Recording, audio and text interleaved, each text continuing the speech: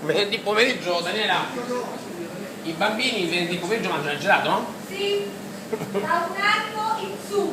Da un anno in su, quindi io da 2 anni lo mangio. Certo. Sono 2 anni che mangio il gelato. Non da molto lo mangio, da concerto. A Piazza Melozzo. Ma com'è che Melozzo da Forlì. Melozzo da Forlì, che non è Fraccazzo da Pelletri. No. È Melozzo.